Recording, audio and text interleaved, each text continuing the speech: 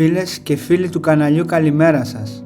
Κυριακή σήμερα και θα σας πάρω μαζί μου σε μία βόλτα στην καρδιά της ορεινής Αρκαδίας. Στο κέντρο της Πελοποννήσου, εκεί όπου η Αρκαδία διατηρεί ακόμα τον άγριο και αυθεντικό της χαρακτήρα, υψώνεται το όρος Μέναλο.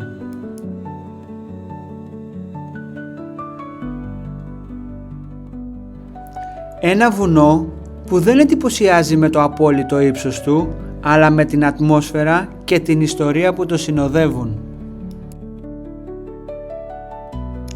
Η λέξη Μέναλο συνδέεται ετυμολογικά με το ρήμα μένομαι, που σημαίνει παραλυρώ και κινούμε με ένταση. Αυτό δεν είναι τυχαίο, καθώς το βουνό συνδέθηκε με τις Μενάδες, τις οικαστικές ακολούθους του Διονύσου, αλλά και με το θεό Πάνα. Έτσι, το όνομα του βουνού κουβαλά την έννοια της άγριας φύσης, της ελευθερίας, της έκστασης και της βαθιάς σύνδεσης του ανθρώπου με το φυσικό και το θείο. Και ίσως είναι αυτός ο λόγος που ακόμα και σήμερα όποιος ανεβαίνει στο Μέναλο νιώθει κάτι περισσότερο από ένα απλό βουνό. Νιώθει ότι περπατά σε ένα τόπο όπου η φύση, ο μύθος και η ιστορία συνεχίζουν να μιλούν.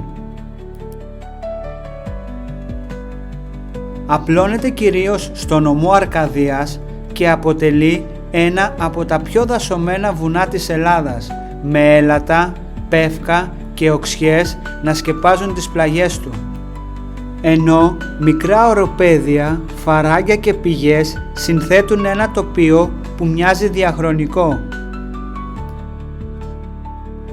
Η ψηλότερη κορυφή του Μέναλου ονομάζεται Οστρακίνα και είναι 1980 μέτρα περίπου υψόμετρο. Έχει χιονοδρομικό κέντρο και καταφύγιο ορειβατών.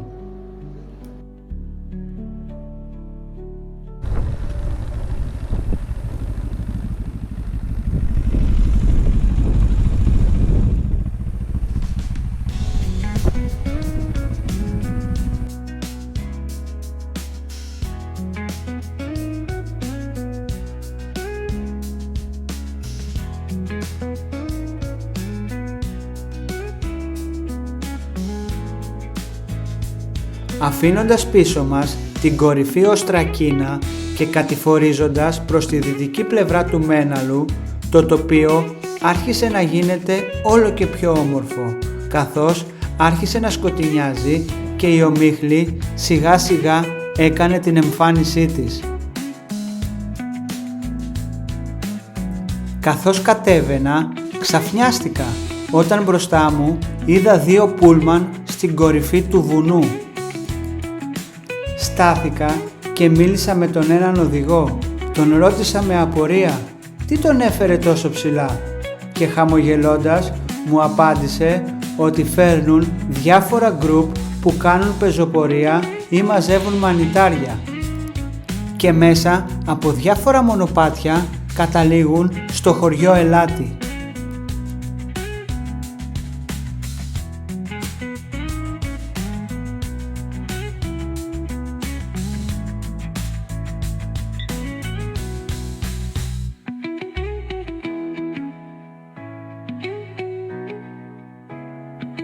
Μετά από αυτή την ολιγόλεπτη στάση, συνέχισα να κατεβαίνω απολαμβάνοντας κάθε σπιθαμή του δάσους.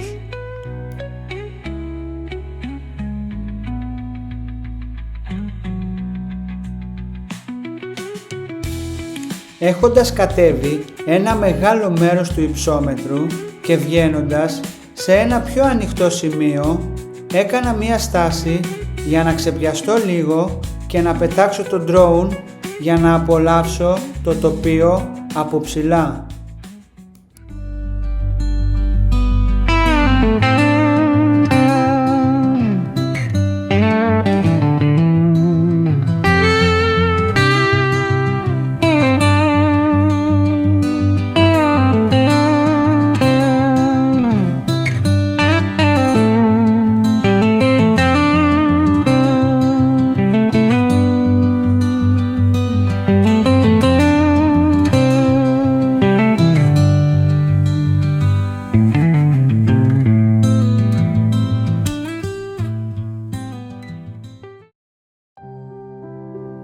Πηγαίνοντας προς τον τελικό μας προορισμό, άρχισαν να πέφτουν οι πρώτες σταγόνες βροχής που ήθελαν την οδήγηση ακόμα πιο προσεκτική.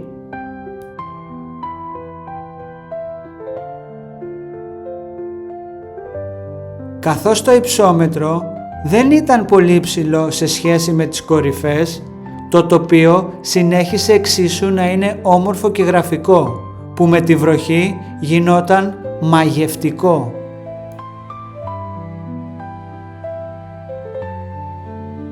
Σε κάποια σημεία το οδόστρωμα δεν ήταν και το καλύτερο, αλλά σε κάποια άλλα βέβαια ήταν φρεσκοστρωμένο και ευχαριστιώσο να οδηγείς.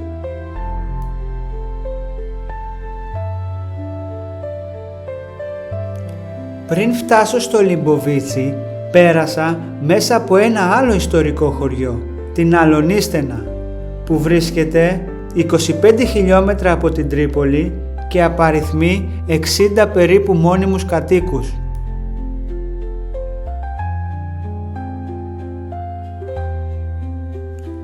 Στην Αλονίστενα γεννήθηκε η μητέρα του Θεόδωρου Κολοκοτρώνη, Ζαμπία Κοτσάκη, ενώ και ο ίδιος έζησε εδώ ορισμένα από τα παιδικά του χρόνια.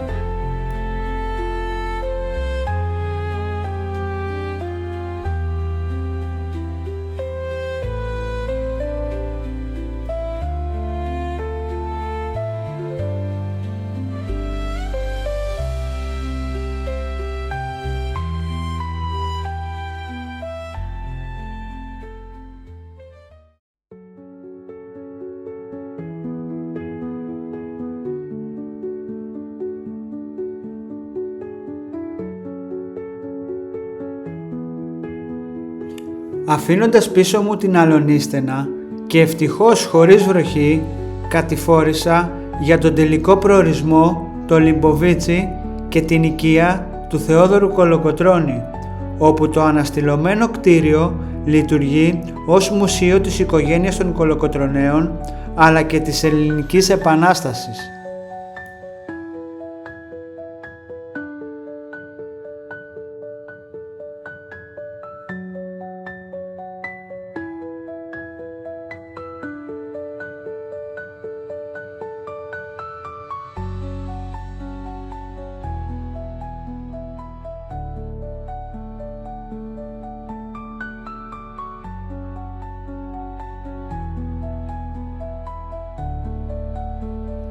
Η οικία των Κολοκοτρωναίων εδώ στο Λιμποβίτσι δεν είναι απλώς ένα πέτρινο σπίτι, είναι ένας τόπος μνήμης και ιστορίας.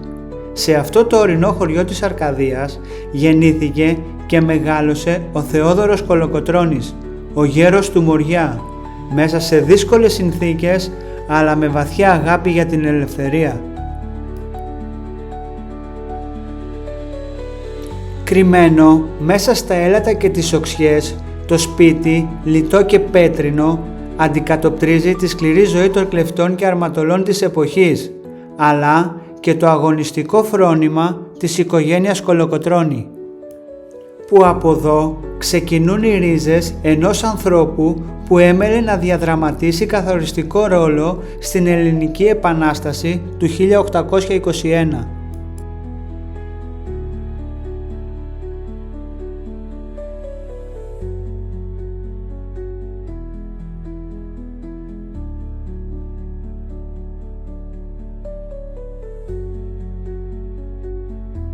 Η οικία αυτή στέκει σήμερα ως σύμβολο αγώνα, αντοχής και εθνικής συνείδησης, θυμίζοντάς μας πως η ιστορία της ελευθερίας γεννιέται συχνά σε ταπεινά μέρη.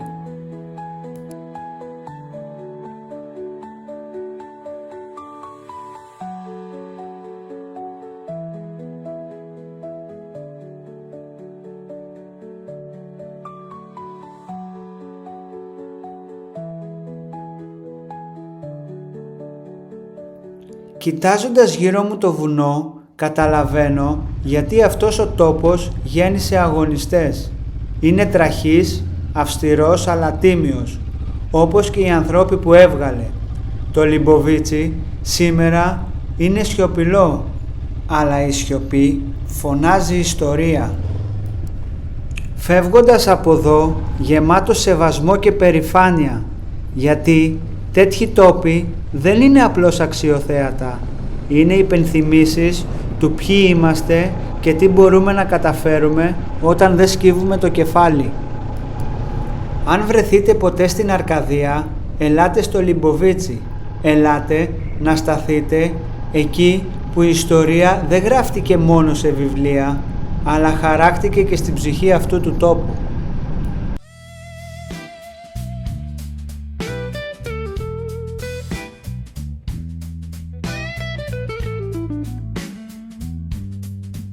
Καθώς αφήνω πίσω μου την οικία των Κολοκοτρωναίων και το Λιμποβίτσι, παίρνω σιγά σιγά το δρόμο της επιστροφής.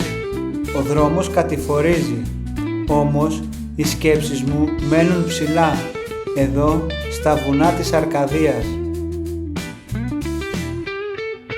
Δεν φεύγω όπως ήρθα, φεύγω πιο γεμάτος. Αυτό το ταξίδι δεν ήταν απλώς μια επίσκεψη, αλλά ήταν μια υπενθύμηση. Γιατί κάποια ταξίδια δεν τελειώνουν όταν βάζεις μπρος τη μηχανή. Συνεχίζονται μέσα σου, σε συνοδεύουν και σου θυμίζουν ποιος είσαι και από πού έρχεσαι. Με αυτές τις εικόνες, με αυτή τη σιωπή του βουνού και με βαθιά περηφάνεια παίρνω το δρόμο της επιστροφής μέχρι το επόμενο ταξίδι στην ιστορία.